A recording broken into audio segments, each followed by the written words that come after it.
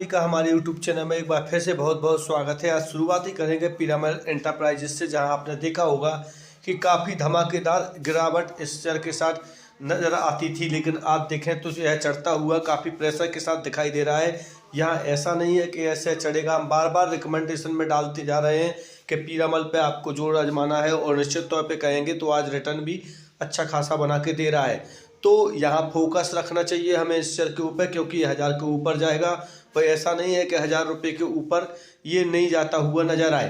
तो इन दोनों तीनों तथ्यों के ऊपर हमें ध्यान देना चाहिए। लेकिन यहाँ पीरामल के चढ़ने की यदि बात करती है, थोड़ा बहुत अपडेट्स के ऊपर ध्यान देना चाहिए। यहाँ पीरामल इंटरप्राइजेज द्वारा एक अपडेट दिया गया है। लगभग 300 मेंबर्स के लिए बेंगलुरु में एक इनोवेशन लैब की तैयारी की गई है, जिसके आधार पर इस शेयर के चढ़ने के आसार लगाए गए हैं।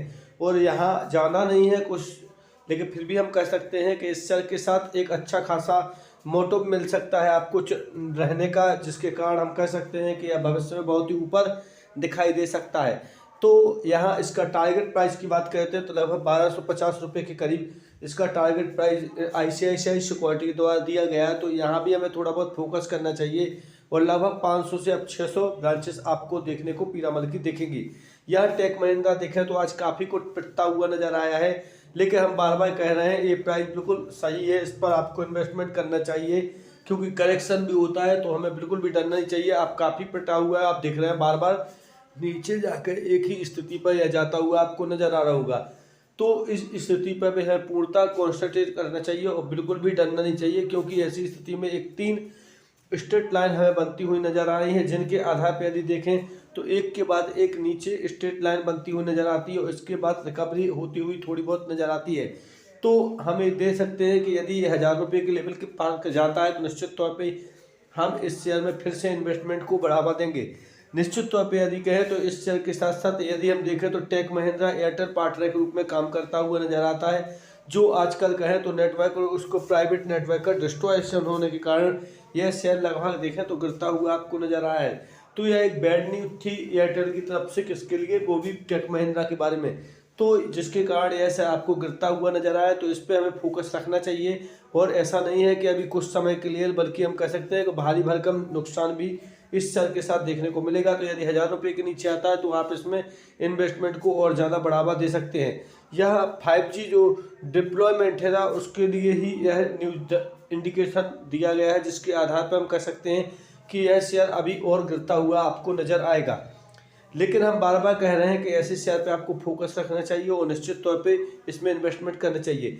वहीं यदि बात करते हैं हम दूसरी तरफ तो कि FC और पिज्जा जैसे लगातार आप देखें ऑर्डर बुक करते हुए जो कंपनी दिखाई देती है, अब उसके समय में सॉफी फूड्स को बढ़त देखने को मिली है। काम करती हुई है कंपनी, अब देखें तो निश्चित तौर पर मलेशिया और श्रीलंका में भी आपको काम करते हुए नजर आएगी। तो इस आधार पर इस शेयर के ऊपर जाने की प्रोग्रेस निश्चित तौर पे आज अपडेट्स के रूप में हमें देखने को मिली।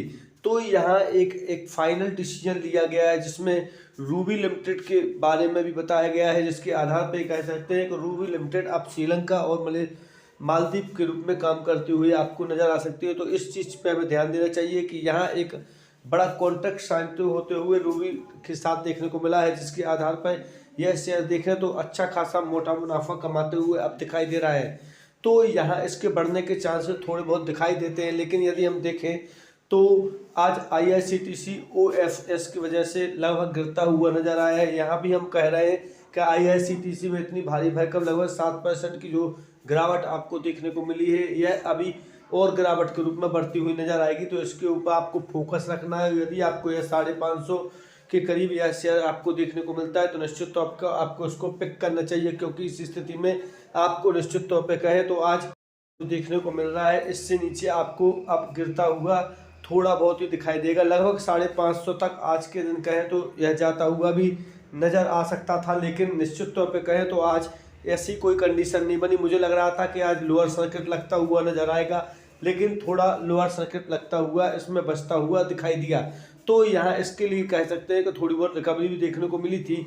तो यहाँ भी हमें थोड़ा बहुत फोकस करना चाहिए, लेकिन वापस भी हम कह सकते हैं कि इसके साथ ज्यों करते हो गिरावट भी देखने को मिली है।